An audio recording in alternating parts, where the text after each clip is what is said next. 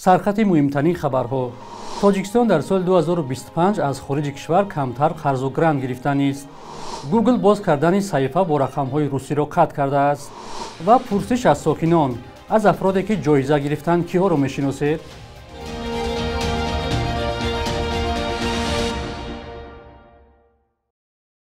درود بیننده‌های عزیز، برنامه نوید بامدادی را با خبرهای نو از تاجیکستان و جهان از استودیوی رادیوی آزادی در دوشنبه تقدیم می‌کنیم. امروز 10 سپتامبر است.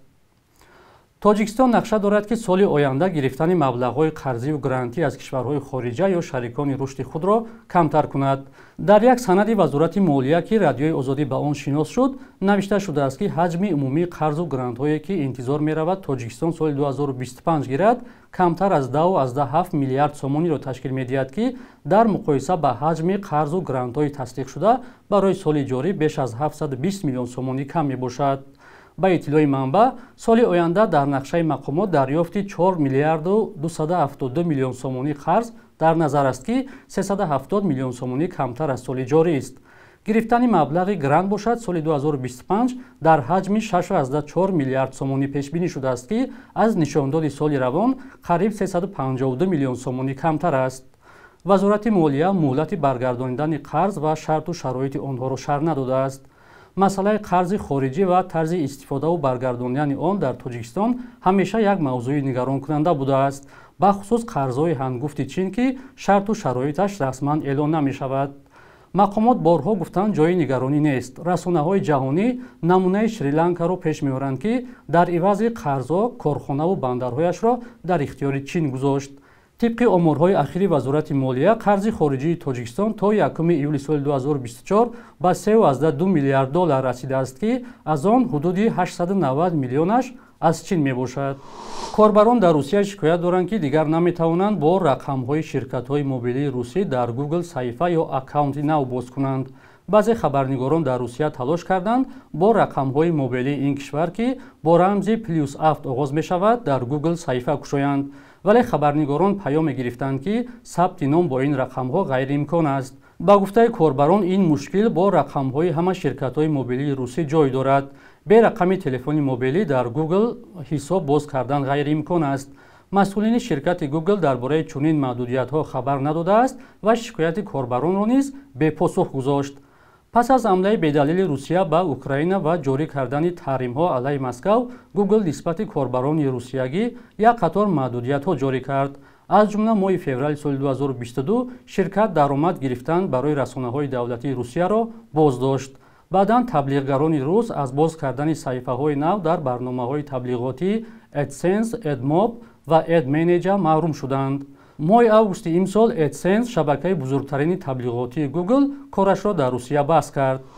در عرفه 33 سالگی جشن استقلال کشور برخی چهره‌ها با جایزه‌های دولتی و دیگر با رتبه‌های نظامی سرفراز گردیدند. خبرنگاران رادیوی آزادی از ساکنان پرسیدند که از افرادی که با چنین جایزه‌ها قدردانی شدند کیها را می‌شناسید و درباره‌شان چی می‌دانید؟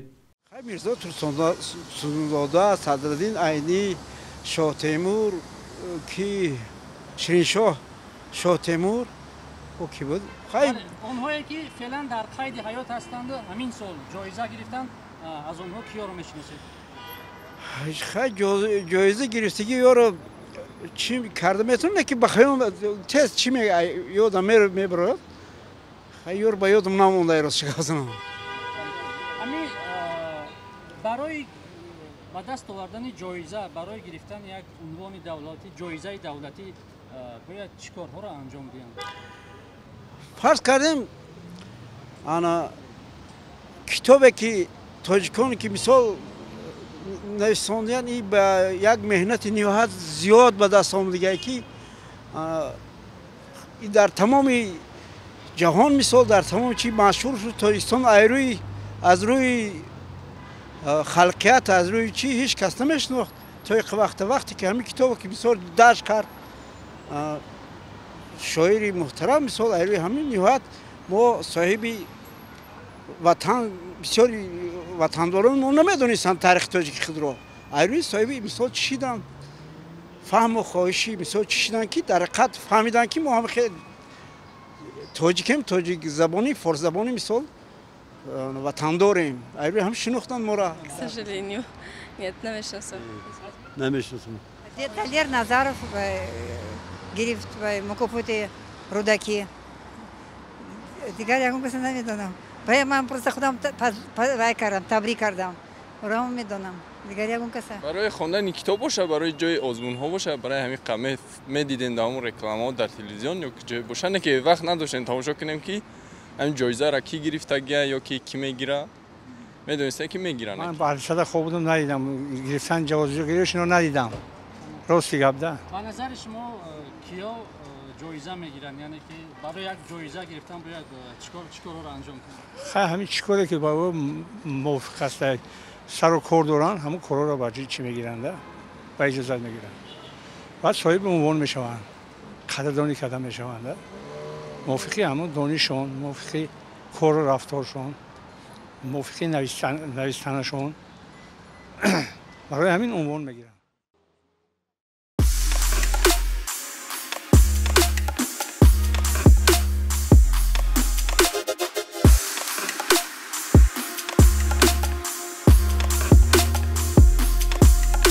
همه چیزی که میخواهند و میخواهید در اینجا هست.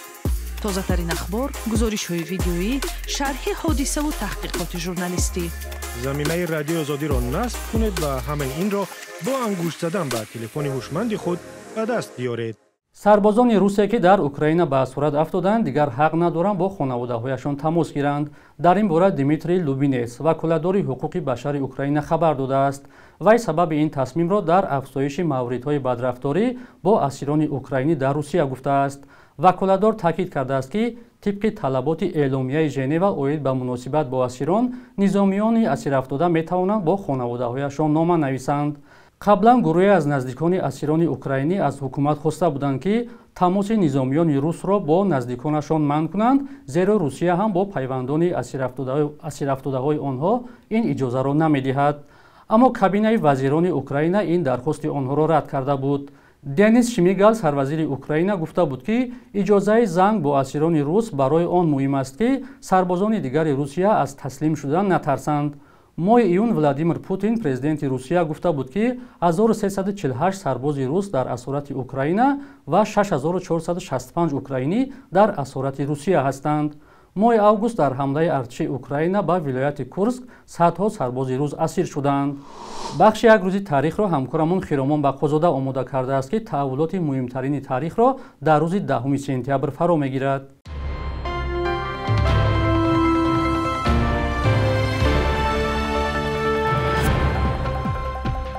сентябри соли 1997 садҳо духтарон аз деҳоти дурдасти тоҷикистон тавонистанд бар асоси барномаи нави квотаи таҳсил дар донишгоҳҳои кишвар донишҷӯ шаванд.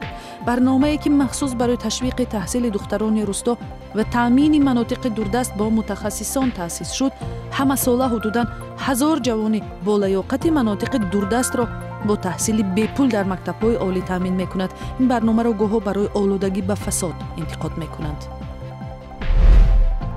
10 сентябри соли 2009 вазорати маорифи тоҷикистон гуфт ба устодони мактабҳои миёна либоси ягона ҷорӣ мекунанд ки аз рӯи машварати тарроҳони касбӣ таҳия мешавад. пеш аз ин мақомоти тоҷикистон дандони тилло, пӯшидани рӯсариву доманҳои кӯтоҳ ва истифодаи телефони мобилро барои омӯзгорону хонандагон манъ карда буданд. соли 858 зодрӯзи сардафтари адабиёти классикии форсу тоҷик Абу Абдуллоҳи Рӯдаки аст. 10 сентябри соли 2008 ба ин муносибат бо ширкати президенти Эмомалӣ Раҳмон дар деҳаи Панҷруд мақбараи тоза сохташудаи Одаму Шуаро ифтитоҳ шуд ки дар оромгоҳи шоир ба муносибати ҷашни 1150-уми таваллуди Рӯдакӣ сохта шудааст. муаллифи қасидаи шикоят аз пирӣ ва бӯйҷӯи мулён зиндагии пурпечутоберо дар назди дарбори Сомониён пуштисар карда ҳазорҳо мисраҳои баланди шеърӣ аз худ ба ёдгор гузоштааст. бахши бузурги осори ӯ нобуд гашта то ҳол ашораш аз бойгонию хазинаҳо кашф мешавад. субҳи имрӯз дар бонкҳои тоҷикистон 1000 рубли русӣ 117 сомонӣ ва 100 доллари амрикоӣ 1060 сомонӣ арзиш дорад. қурби расмии бонки миллии тоҷикистон барои имрӯз чунин таъин шудааст.